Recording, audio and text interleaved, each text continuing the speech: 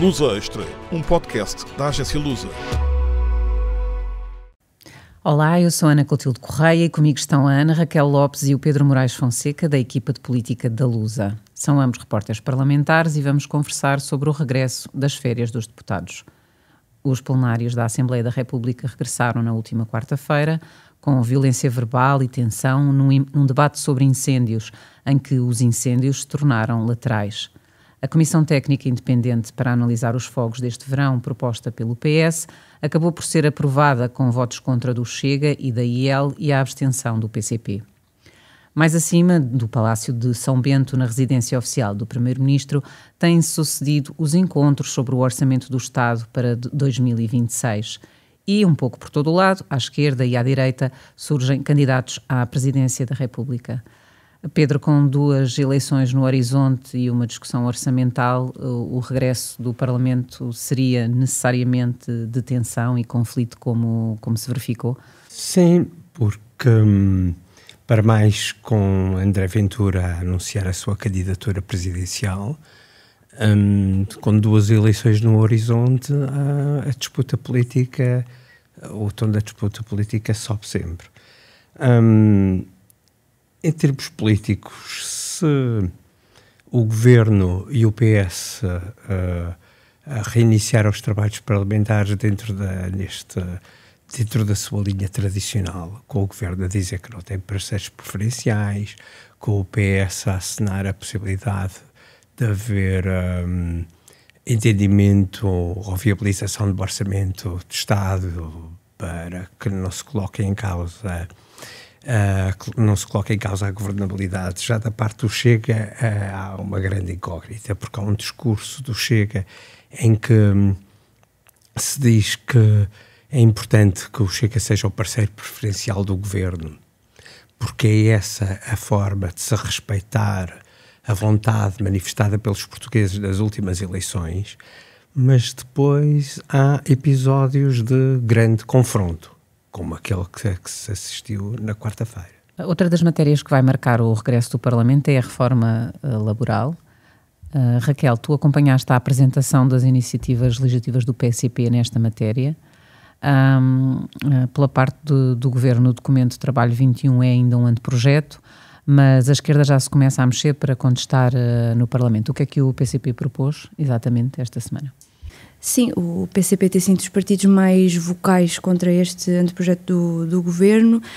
Já na semana passada tinha apresentado um conjunto de iniciativas relativas à parentalidade, que é uma das matérias mais polémicas e sensíveis desse pacote, por assim dizer, e esta semana voltou a apresentar três projetos sobre matérias laborais, nomeadamente a alteração de critérios para despedimentos coletivos ou extinção de posto de trabalho e também para revogar alguns cortes que ainda se mantêm do tempo da Troika.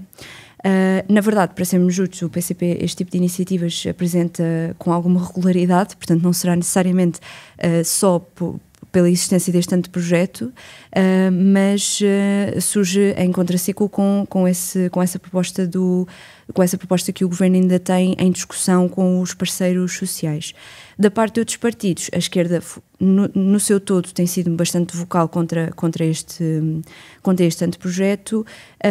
O LIVRE não apresentou necessariamente nenhuma iniciativa, mas certamente apresentará, como é seu apanágio no Orçamento do Estado, propostas que são completamente contrárias a este pacote, como a semana laboral de 4 dias. Do parte do PS, como também o Pedro referiu há pouco, José Luís Carneiro tem feito fortes críticas a este pacote, já o caracterizou como um retrocesso civilizacional, pediu até um sobressalto cívico contra esta matéria e tem exigido ao Governo que não inclua nenhuma alteração laboral na proposta orçamental como ponto de partida para um eventual Governo e também para que haja estabilidade política. São palavras de José Luís Carneiro. Obviamente isso não impede o Governo de apresentar esta matéria fora do âmbito orçamental, como certamente o fará, e como tem apresentado outras matérias. Lembro-me agora de esta semana também o Parlamento debateu a descida da taxa geral do IRC, que também é uma matéria que o Governo deliberadamente escolheu não incluir em propostas orçamentais precisamente por causa de ser uma matéria mais sensível. Pedro, para a próxima semana está agendada a primeira tentativa de eleição para órgãos externos relevantes desta legislatura, o Provedor de Justiça e alguns juízes do Tribunal Constitucional. E penso que não é possível antecipar ainda nenhum entendimento entre os maiores partidos para esta eleição. Está agendada, mas em princípio não vai acontecer, porque não se conhece até agora qualquer proposta em concreto. Estas negociações têm de ser conduzidas pelo PSD. E neste momento não há facto nenhum relevante em cima da mesa. O que é que se sabe sobre isto? Que, em princípio, cabe a proposta de indicar um provedor de justiça cabe ao PS. Mas há aqui um problema, porque essa proposta tem que ser aprovada por voto secreto por 2/3, o que quer dizer que tem que juntar a bancada toda do PSD no voto secreto a votar a favor da proposta do PS, o PS, todo junto, mais o LIVRE. Isso ou mais a Iniciativa Liberal. E sem haver essa garantia aí, o PS também parece não estar a dar grande abertura para que se avance para a questão do Tribunal Constitucional, que é a questão mais sensível. Na questão do Tribunal Constitucional, suponho que são 4 juízes que estão para ser substituídos. Aí já temos alguns dados políticos em cima da mesa. É que o Chega tem dito várias vezes que é preciso mudar a natureza do Tribunal Constitucional. Portanto, tem dito ao PSD que é preciso substituir os juízes porque, segundo André Ventura, há uma maioria de esquerda dentro do Tribunal Constitucional. Bem, a votação do último acórdão da lei de estrangeiros não foi propriamente uma divisão entre juízes de esquerda e juízes de direita, mas foi assim que André Ventura quis interpretar, e mais insólito também foi que o próprio Primeiro-Ministro deu a entender que tinha havido, poderia ter havido uma carga política na decisão do Tribunal Constitucional quando considerou inconstitucional a lei de estrangeiros, embora este caminho de possível confronto por parte do Governo ou do PSD com o Tribunal Constitucional não seja pacífico dentro dessa área política. Por exemplo, o candidato presidencial Marcos Mendes tem dito que é preciso respeitar o acordo do Tribunal Constitucional em relação à lei dos estrangeiros e corrigi-lo. E os próprios serviços da Assembleia da República e o Presidente da Assembleia da República, Aguiar Branco, já tinham dito que quando entraram os projetos do Chega, que, embora mais radicais, têm os mesmos princípios, que havia dúvidas de constitucionalidade. Portanto, o acordo do Tribunal Constitucional a considerar inconstitucional a proposta, o decreto da lei de estrangeiros, não pode ser considerado uma surpresa. Foi também uma surpresa que isto faz parte da polarização que vivemos nos dias de hoje. Foi o voto de vencido de alguns dos juízes do Tribunal Constitucional, com um vice-presidente do Tribunal Constitucional a dizer que a decisão dos seus colegas não tinha sido jurídica ou constitucional, mas tinha sido política. E ainda uma juíza também do Tribunal Constitucional que fez um voto de vencido dizer que a imigração é um problema gravíssimo do país e que não pode ser encarado como uma fake news. Portanto, é uma juíza do Tribunal Constitucional que diz, mesmo que isto possa colidir com valores fundamentais, como há uma emergência, vamos esquecer a lei fundamental e a Constituição e vamos deixar passar isto. Pronto. É este o pé que estamos com o Conselho de Estado. São 5 elementos da Assembleia da República, que são, se for por método de onde puro, quer dizer, só contar os votos do PSD, do Chega e do PS, ficam 2 elementos para o PSD, 2 para o Chega e 1 para o PS. O que é que pode haver com listas conjuntas do PS com o LIVRE, por exemplo, e então o método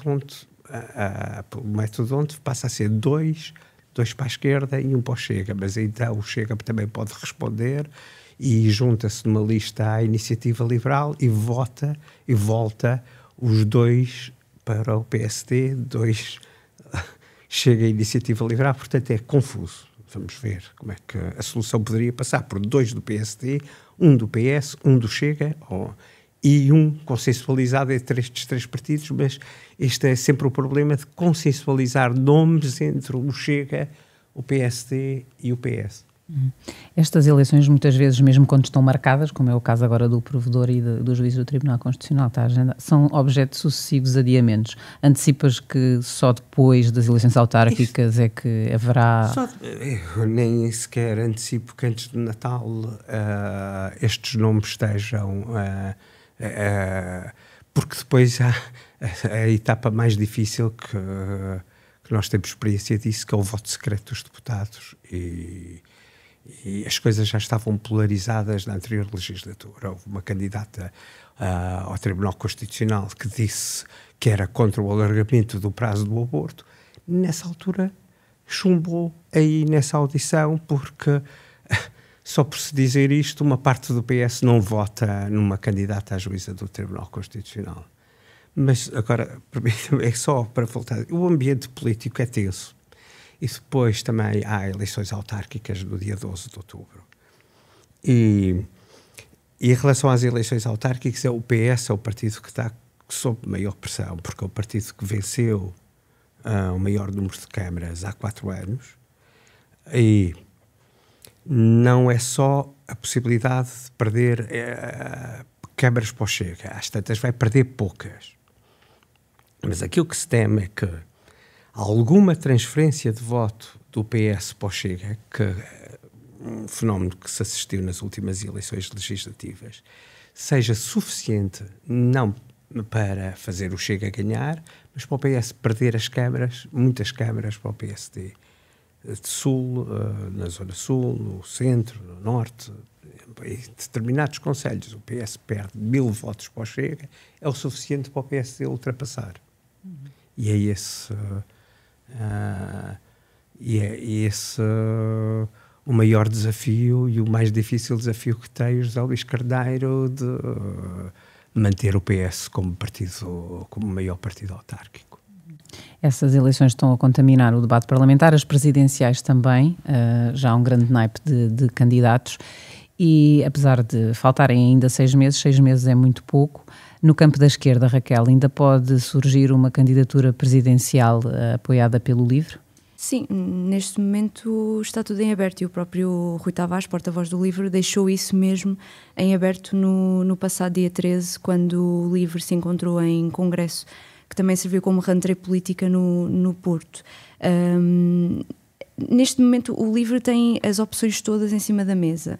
A única coisa que é certa e que se sabe é que vai tomar essa decisão num referendo interno, como também é hábito do LIVRE tomar essas decisões, não apenas a direção, mas abrir um bocadinho mais a decisão, alargar a decisão aos membros do partido, mas ainda não se sabe quem é que vai constar desse referendo, desse boletim, e até mesmo se o próprio Rui Tavares não irá avançar ou outra figura do LIVRE.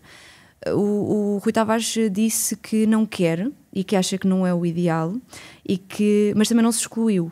E, portanto, também lançou nomes como o próprio nome de Isabel Mendes Lopes, que também é porta-voz e líder parlamentar, mas ao mesmo tempo... Isto é muito também característico do LIVRE, que nasceu como um partido da convergência à esquerda.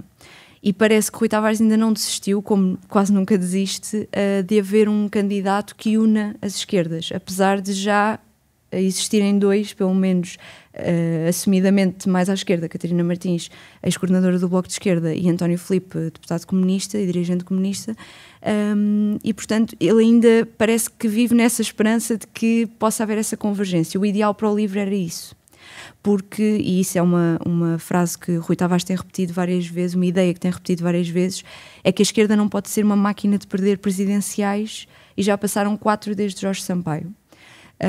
E ele tem insistido muito nesse ponto.